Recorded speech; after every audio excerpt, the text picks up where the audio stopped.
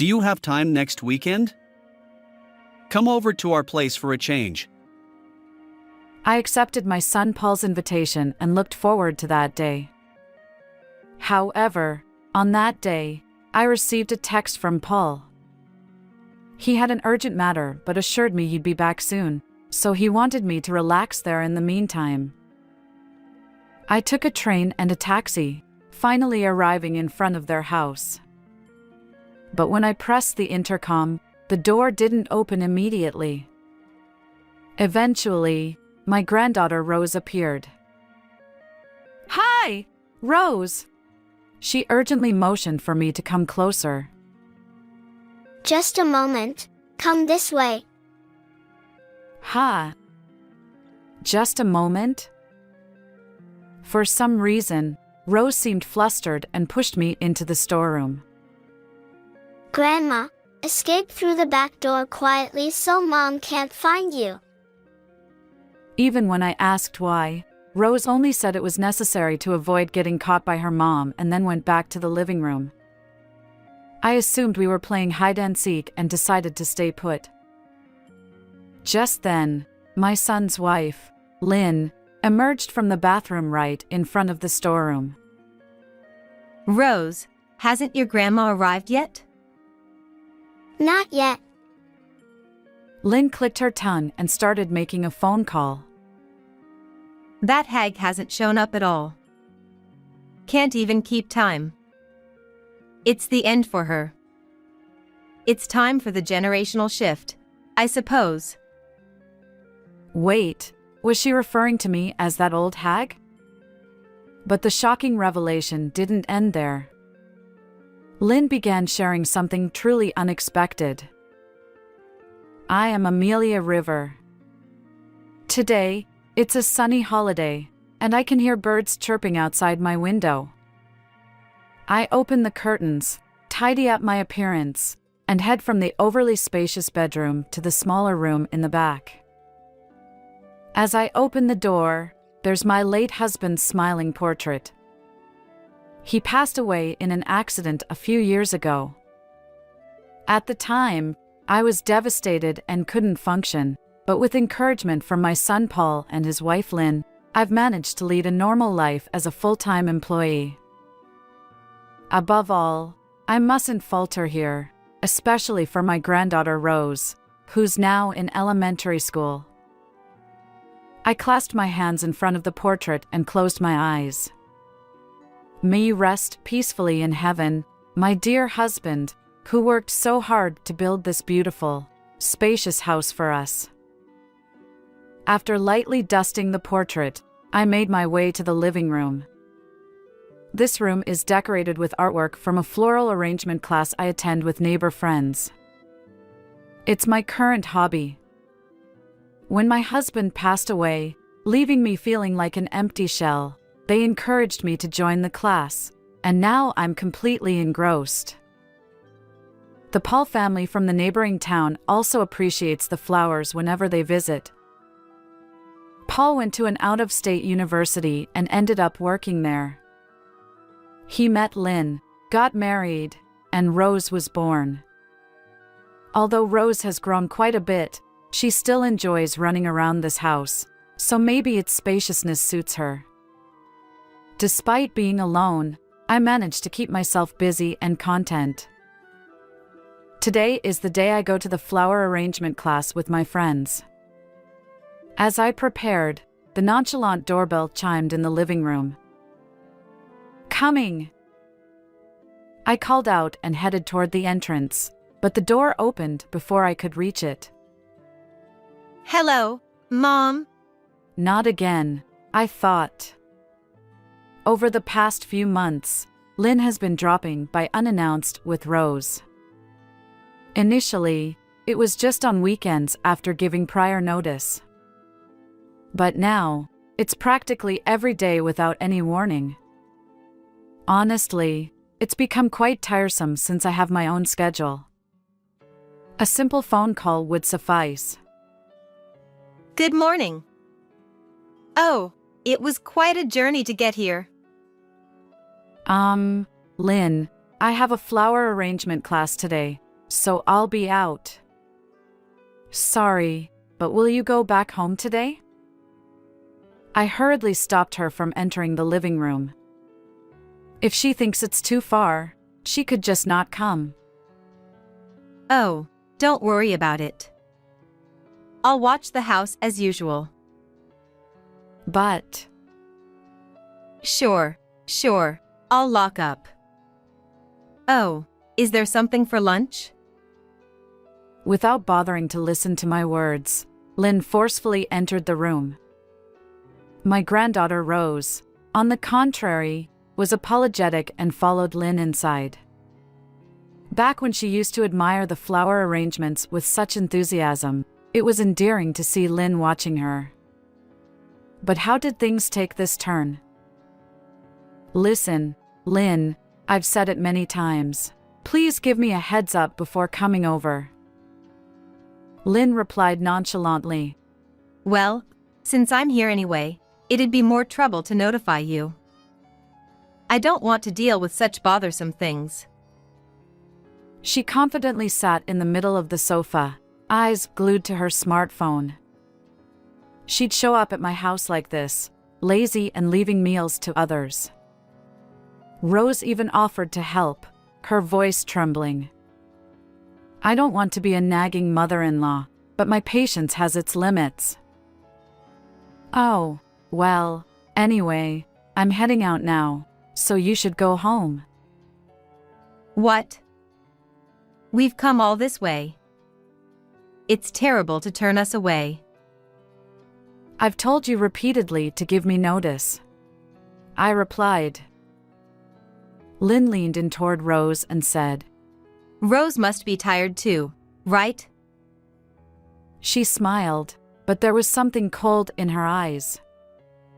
Rose hesitated for a moment and quietly replied yes. See? Your adorable granddaughter agrees. Can't we be a little more accommodating? In the end, Lynn prevailed, and I was left with the two of them. When I met up with my friends and held flowers, I couldn't concentrate.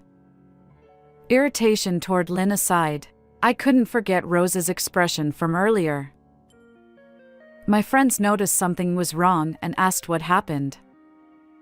I shared the story, and one friend suggested I talk to Paul about it.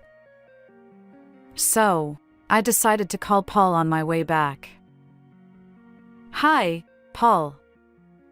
Do you have a moment? Sure, Mom. What's going on? It's about Lynn. And so, I told Paul about how recently both Lynn and Rose have been visiting frequently, without giving any prior notice, and how Rose seems down. Initially, Paul was surprised, but he listened attentively and apologized sincerely. I'm sorry, Mom. I had no idea. I'll talk to Lynn and make sure she doesn't come over without notifying you. I promise. Thank you. But what's going on with Rose? Honestly, I have no clue. Whenever I'm around, Rose is cheerful and behaves well. She doesn't seem like what you described. I see. Maybe it's only when she's with Lynn. I don't know the reason, but I'll keep a close eye on them and try to avoid leaving them alone together. Yes, that's a good idea. We wouldn't want anything to happen to Rose. Well, school will start soon, so they won't be alone as often.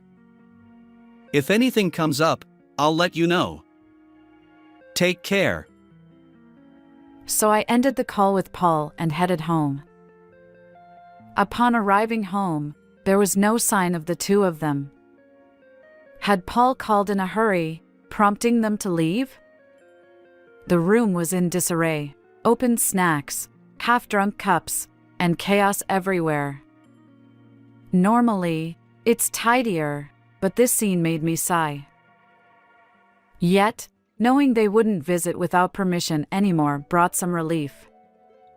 Over the next few weeks, Lynn didn't show up.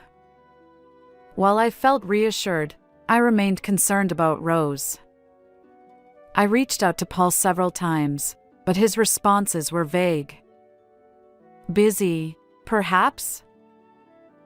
And so, the weekend arrived, and this time it was Paul who contacted me. Hello, Mom. Are you free next weekend? Come over to our place for a visit. Rose really wants to see you. I replied enthusiastically, looking forward to that day. However, on that day, as I was heading to the station, I received a text from Paul. Something urgent came up, but I'll be back soon. Please relax at my home for now. His dedication to work reminded me so much of his father. I chuckled. It's wonderful that he graduated from college and found a job he loves. Paul truly makes me proud. After transferring between trains and a taxi, I finally arrived in front of Paul's house. I paid the fare to the driver and stretched a bit. The 2-hour journey had taken a toll on my body, especially for someone in their late 40s.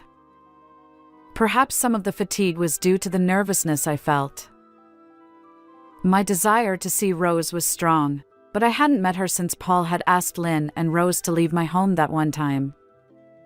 As I stood in front of the door, I took a deep breath and pressed the intercom button. However, the door didn't open immediately. After a while, only Rose appeared. "Hi, Rose." "It's been a while," I greeted her. Grandma. Not now. Come this way. Rose replied, sounding flustered. "What do you mean, not now?" "Rose?" For some reason, Rose urgently pulled my hand and led me into the storage room. Her serious expression was quite unusual for an elementary school kid. She whispered, Grandma, hide through the back door. Quietly. I followed her instructions, still feeling confused. Was this some kind of hide-and-seek game? I stayed put, waiting. Then I heard the sound of the bathroom door opening, and Lynn's voice reached me. Didn't your grandma arrive? She asked Rose. Peeking through the gap in the storage room, I saw Rose shaking her head vigorously, and Lynn responding with an annoyed gesture. They were having a silent exchange. Lynn then took out her smartphone and began talking to someone. Hello? I'm sorry it took me so long to call you. I can only chat for a little longer, though. Such a shame. Their conversation continued, touching on topics like last night's dinner and how busy work had been. Lynn must have been on the phone with a friend. Perhaps that's why she hadn't come to the front door when I rang the intercom. It might be a little awkward, but I couldn't just stay in the storage room forever. So, when I started to move, I heard Lynn talking. Seriously, that old hag hasn't shown up at all. Can't even keep time. She's done for. It's time for a generational shift. I froze in place. Was she talking about me as the old hag? She usually only calls me Mom or by my name. Despite my surprise, I realized this was a chance to learn Lynn's secret, so I listened intently.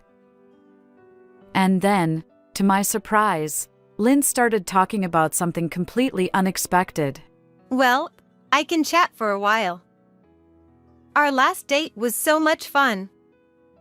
That hotel was amazing, right? Truly impressive. I want to go there again soon. Can't wait to see you.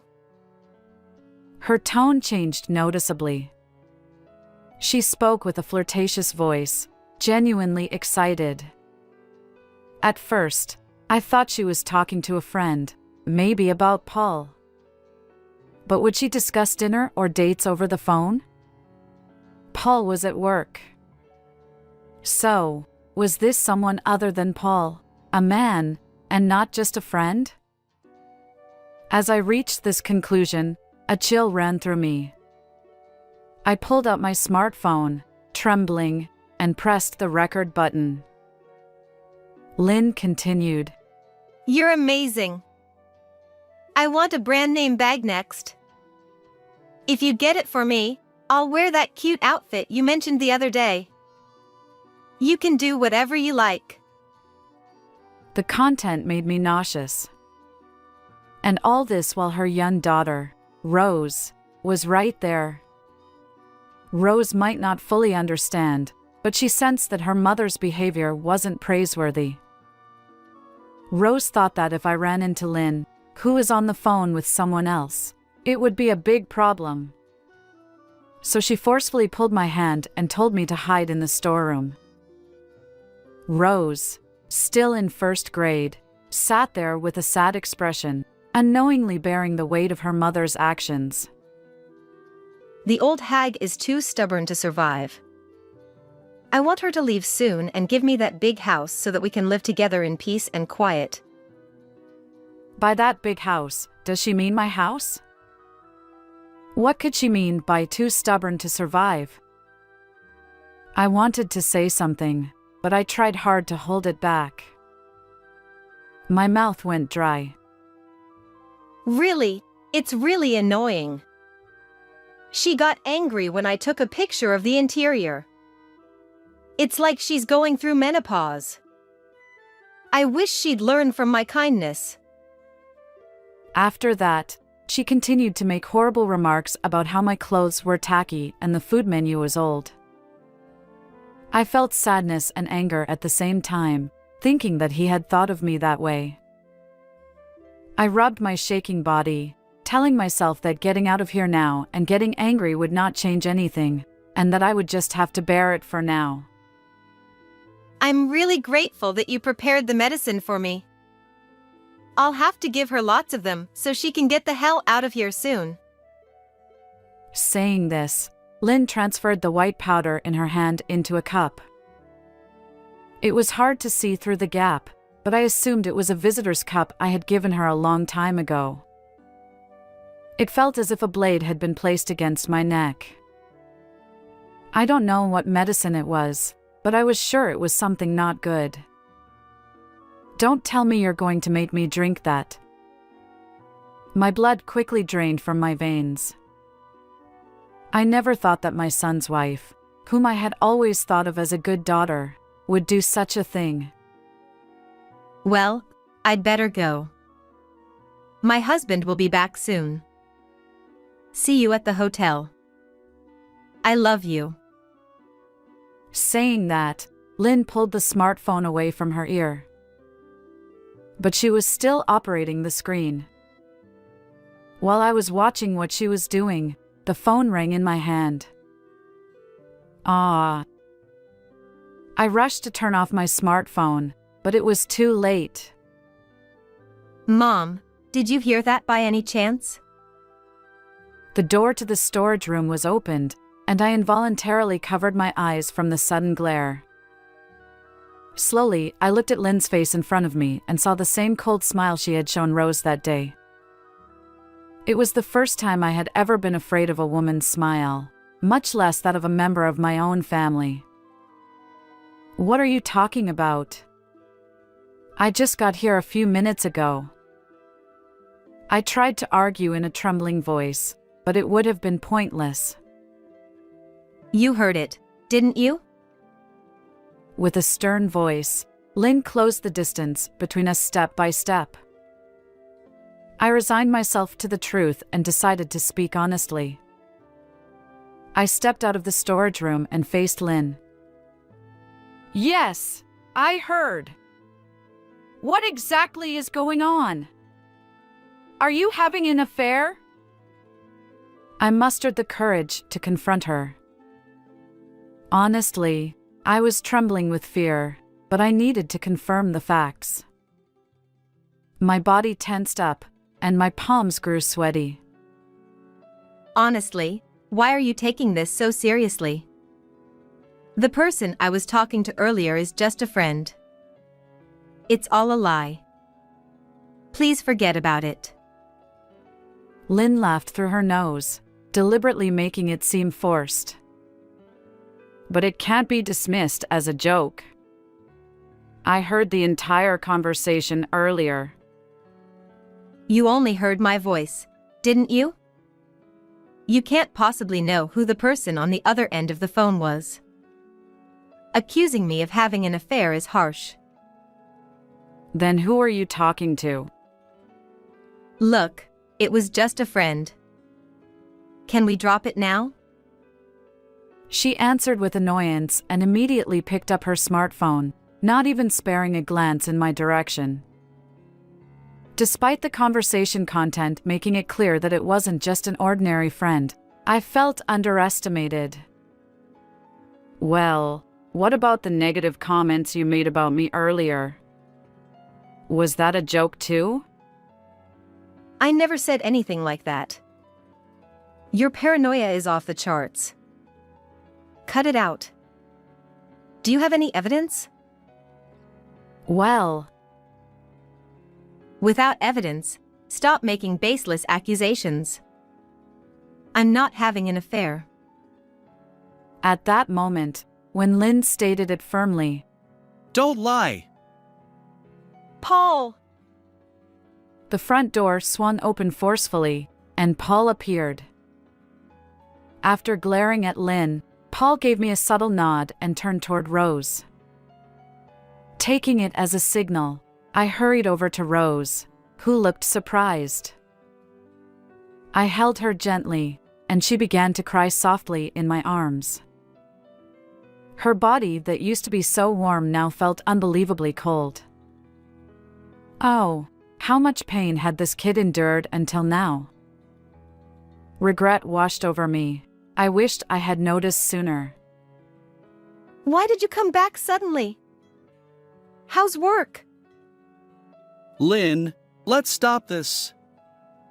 I already know everything. Your affair, your interest in Mom's house, and even the fact that you've raised your hand against Rose.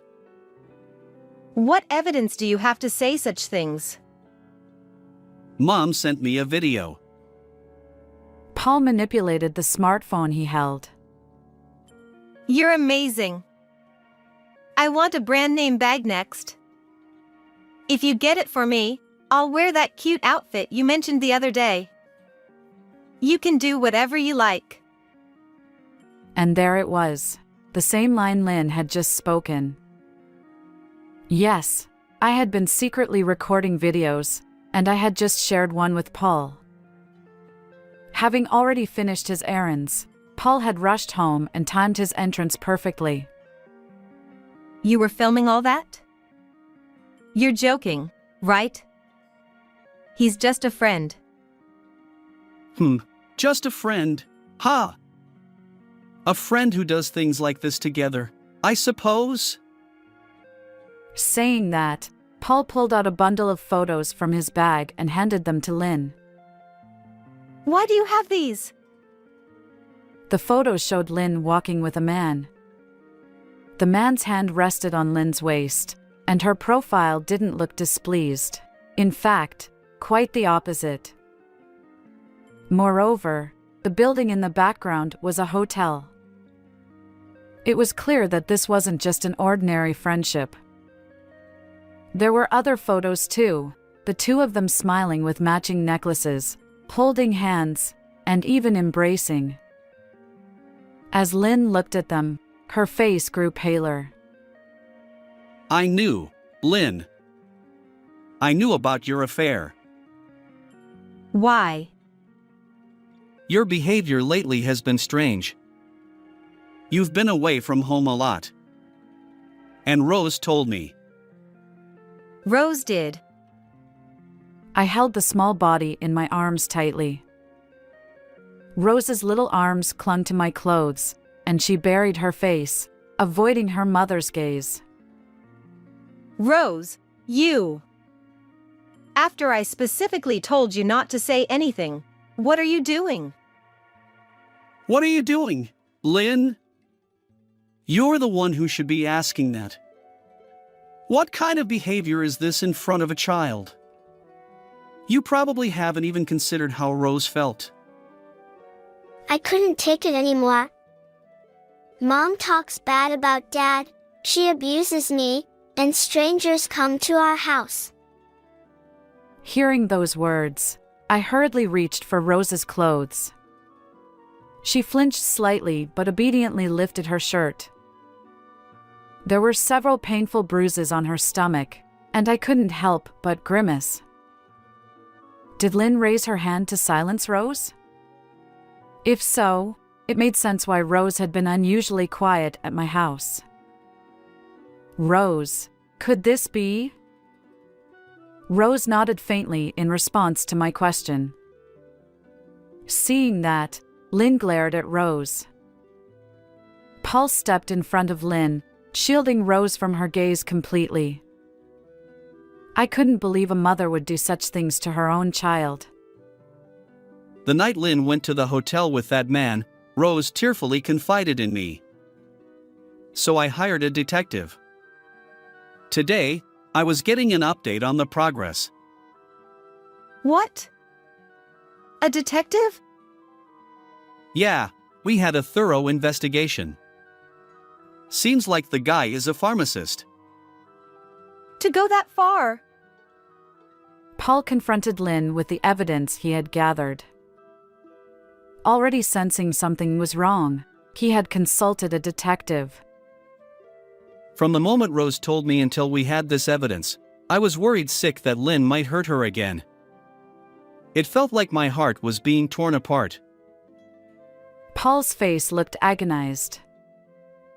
Discovering that someone he loved had betrayed him and harmed his precious treasure must have been unbearable for Paul during these past few days. But Rose assured me she was okay. This little girl supported me. And now we have solid evidence. I thought he had invited me over today for Rose's mental well-being. For Rose, her mother had become nothing more than a source of fear. Paul turned toward me and bowed deeply. Mom, I'm truly sorry for involving you in all of this. It's okay. Both you and Rose have been incredibly strong, I reassured him. This was undoubtedly their true feelings. Rather than apologizing to me despite their own suffering, I felt proud of Paul for being able to do so. Thank you. Paul wore a genuinely apologetic expression, but there was also a hint of relief in his eyes. More importantly, something caught my attention. You mentioned that the other person is a pharmacist? Huh? Yeah, he's quite well known in the industry, apparently. Earlier, Lynn put something like medicine into that cup. Could it be? Paul rushed to the table. He overturned the cup, and white powder scattered across the floor. What is this, Lynn? I got it from that boyfriend of mine. For what purpose? Well, to get rid of this old hag, of course. It's obvious. I want to move in with him to that big house soon. Neither you nor the child are needed. Lynn, who had seemed resigned and disheartened just moments ago, suddenly raised her voice. She grabbed the fallen pills and approached me with a menacing look. Take this already. Come on. I held Rose even tighter, shielding her from Lynn. But Lynn's arm pushed me aside, and she climbed on top of me. I struggled, but against Lynn's taller frame, I had no chance. Paul also tried to pull Lynn away, but before he could, Lynn's hand holding the pills was right in front of me. Stop! Just when I thought it was hopeless, a young voice echoed. Mom, stop already. You can hit me if you want. You can do anything to me. Just don't hurt Grandma. Rose. Lynn froze, turning her attention toward Rose. Rose stared straight back at Lynn, her legs trembling like a frightened fawn. I love you, Mom. You used to be so kind. But I don't like you these days. I don't like the way you treat Grandma. Please go back to the way you used to be. Rose had been holding back her voice until now, but she finally raised it and burst into tears. She crumpled her face, releasing all the pent-up emotions. Lynn witnessed the scene and opened her mouth to say something, but instead, she sank to the ground as if resigned. No matter how wicked a mother's actions might be, they are vulnerable to a heartfelt cry from their kid. I've called the police now. That medication must be dangerous. They'll investigate it properly. We'll get more details through the police. Paul put his smartphone back in his pocket and lifted Rose, who was still crying. He comforted her by patting her back. Rose knew about your behavior, but she didn't tell me because she thought it would make me sad. The day she told me, she also said, "I'm sorry, Dad." Think about what that meant. Rose. Lynn reached out to pet Rose's head, but stopped halfway. It was probably for the best. She had learned firsthand how a morally compromised mother could affect her kid. In the days that followed, a detective hired by Paul provided irrefutable evidence of Lynn's infidelity. Initially resistant to divorce, Lynn eventually accepted it, and both she and her lover were arrested. They were going to murder me, inherit that house, and then do the same to Paul, and then remarry in the clear. Their greed had driven them to commit a crime. Well, even if they paid for their sins, the alimony and child support would wipe out their inheritance and income, making it impossible to live in a mansion. The medication they tried to force on me turned out to be harmful, as suspected. The male pharmacist had apparently taken it without authorization. If I had taken it, perhaps I would have gone to my husband after all. When I jokingly mentioned this to Paul, he replied, "Mom, I'm really sorry about this. Hey, how about living with us from now on? Being alone must be tough for you, especially for Rose's sake." Now, in addition to the colorful flowers, I live with my loved ones. The overly spacious house was quickly filled with the two's belongings, and there was no trace of the lonely space. Today, as always, I kneel in front of my late husband's photograph in the small room. It seems I'll be joining him in heaven a little later. Right now, I'm incredibly happy. Will you forgive me, darling? I talked to him in the photograph. From the window of the small room, I can see Rose playing energetically with Paul. I suddenly recall that day, the day Rose did her best to protect me, defied Lynn, and thought so much about Paul. After the incident, there were nights when her emotions were unstable, and she would burst into tears.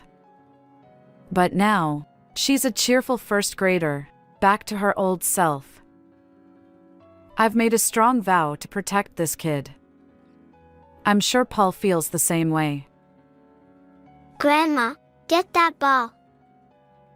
Sure, dear. I step out into the yard, ball in hand, heading toward Rose.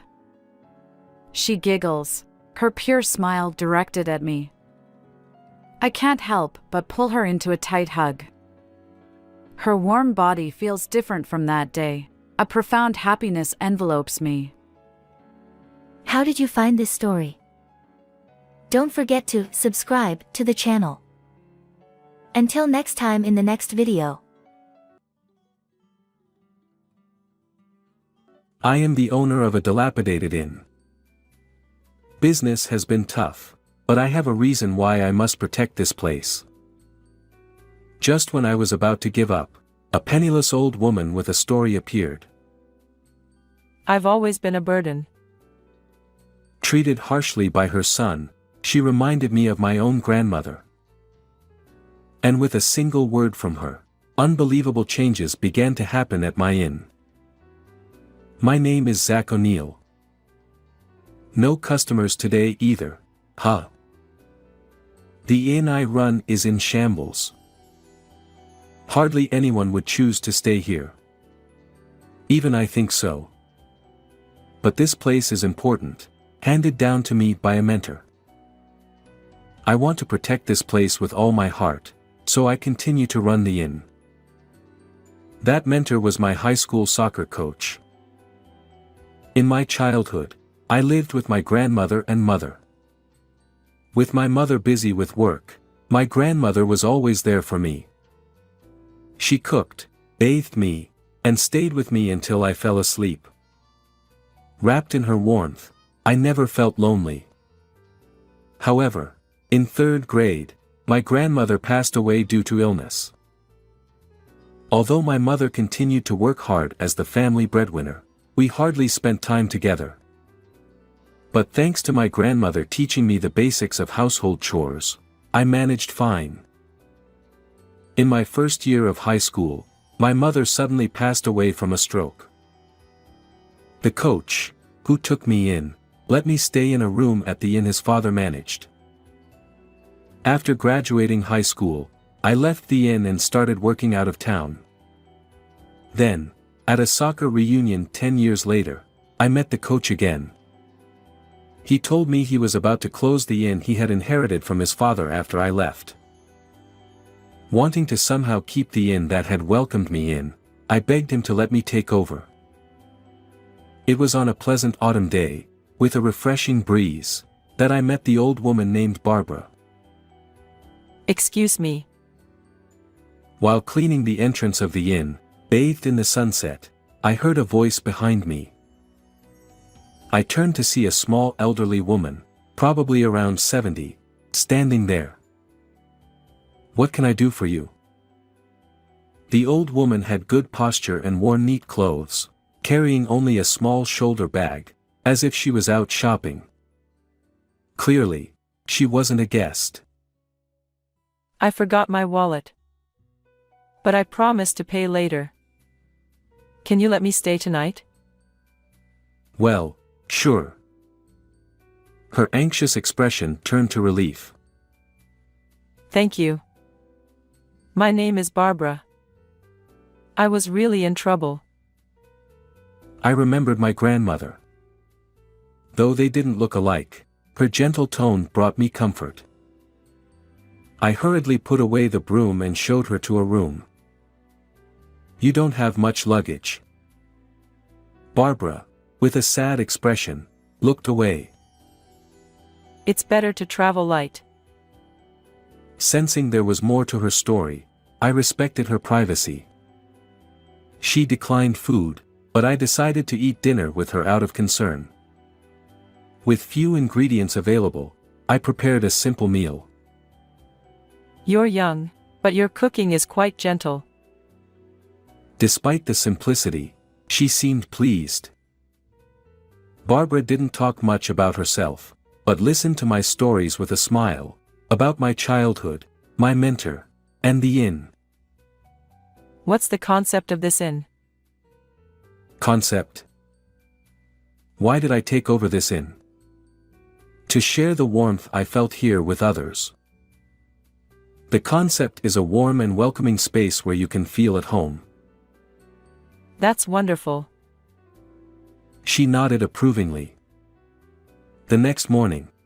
I couldn't offer much hospitality, so there's no need to pay. Talking with you was more than enough for me. Thank you. Though surprised, she thanked me repeatedly before leaving. The inn's business didn't improve, and I decided to look for a job. Another unsuccessful interview. 2 months into job hunting, with no success, I sat on a park bench, holding a hot coffee, when someone sat next to me. Under a wide-brimmed hat, I recognized the profile. "Barbara?" She turned to my voice. "It's Zach, from the inn." Oh, Zach. You look different in a suit. Sorry I didn't recognize you. Dressed in a suit with styled hair, I looked different from the innkeeper she met. Next to her was a Boston bag. "Are you traveling?"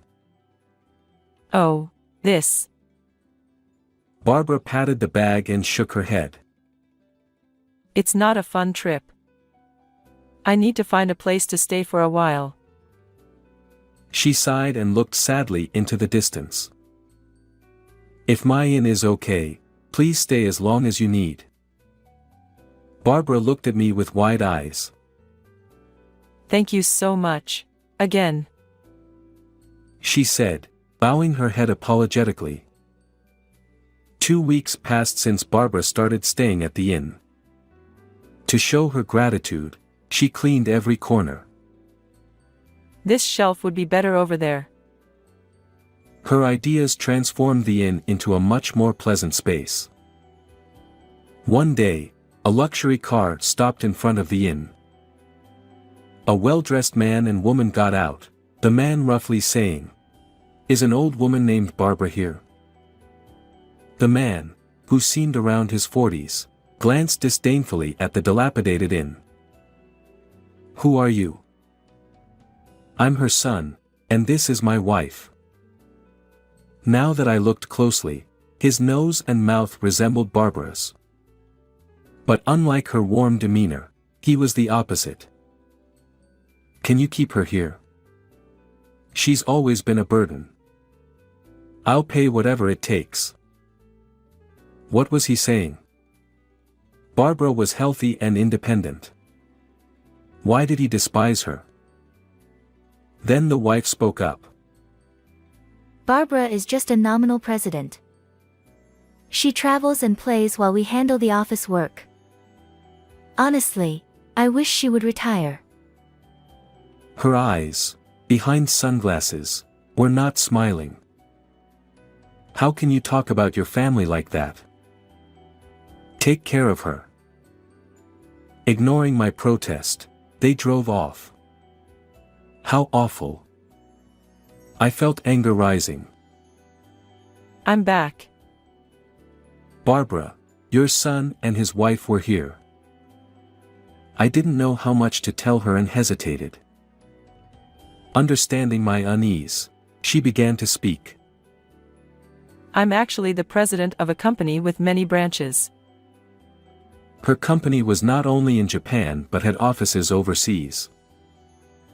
When Barbara took over the company founded by her father, it was still a small business, but over the past 30 years, it has grown significantly. It must be thanks to her intelligence, initiative, and great personality. Lately, my son keeps insisting. He says I should retire and hand over the company to him. Barbara's face suddenly looked sad. She said that both her son and daughter-in-law used to work hard as part of the company and were kind to her. However, as the company grew, they became interested only in money and told her that if she didn't step down as president, they would throw her out. In fact, they have already kicked me out twice. Both times, you helped me, Zach. Barbara laughed sadly. I felt nothing but anger towards her son and his wife, who didn't value family. "You can stay here as long as you like, Barbara." Thank you. I wish I had a son with a kind heart like yours. Her eyes were teary. One day, a foreigner visited the inn. "Excuse me." Hearing broken English, I, who couldn't speak any foreign languages, panicked. Oh? You came. "Yes. Barbara, it's been a while, I was taken aback. It seemed this foreigner was a friend of hers. I often traveled overseas for work, so I have quite a few friends around the world. She said it so casually. She really is different, being a president and all. Seeing me clearly flustered in front of the foreign guest, Barbara spoke to me. Zach, why did you start this inn? To provide a warm experience of everyday hospitality in this place. Then, no matter who the guest is, be proud of your way and stand tall. Guests are the ones who are traveling, so they won't expect you to speak a different language. People who choose an inn over a hotel want to feel closer to local life, so Barbara advised me to provide hospitality in my own way. Encouraged, I worked hard to give guests the experience I envisioned for the inn. What kind of hospitality would delight foreign guests? I wanted them to experience even a little bit of American culture. I was thrilled to have guests after a long time. That night, the three of us enjoyed American food and played American card games.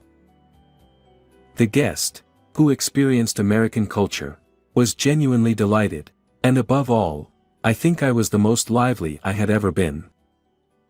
The next morning, as I saw the guest off at the nearby station, he said, "Zach, I had a great time." Thank you. Those words gave me a bit of confidence in my way of doing things. Thank you for spending irreplaceable time with us. We promised to meet again and parted ways. I'm sure it's going to get busy from now on. He he he. As Barbara predicted, inquiries about staying at the inn gradually increased. It seemed that the previous guest had posted about our inn on social media. I checked the post myself. Along with a picture of the three of us playing card games, it said, "The hospitality was wonderful." All three of us looked so radiant and happy. Most of the guests who came to our inn were acquaintances of Barbara. She had a wide network both domestically and internationally, and many people visited the inn to see her, a testament to her great reputation. Thanks to this, the inn's business gradually stabilized, and I decided to stop job hunting and focus on running the inn. One day, a familiar luxury car stopped in front of the entrance. It was Barbara's son and his wife. I couldn't forgive them for treating her so poorly. "Barbara, please go to the other room." I led her away to avoid her hearing any more of her son's harsh words. I wanted to kick them out immediately. However, as soon as they came in, they said, "Please give us back the president." Unlike the last time, their arrogant attitude had disappeared. They explained that the company's management had started to decline significantly in her absence. I wasn't ready to be president yet. Her son looked remorseful. Barbara had grown the company significantly. Naturally, she must have a deep attachment to it. But the inn's success was undoubtedly thanks to her, and I wanted her to stay here forever. To be honest, the inn's business didn't matter. From the first time I met her, Barbara's grandmotherly warmth had saved me countless times.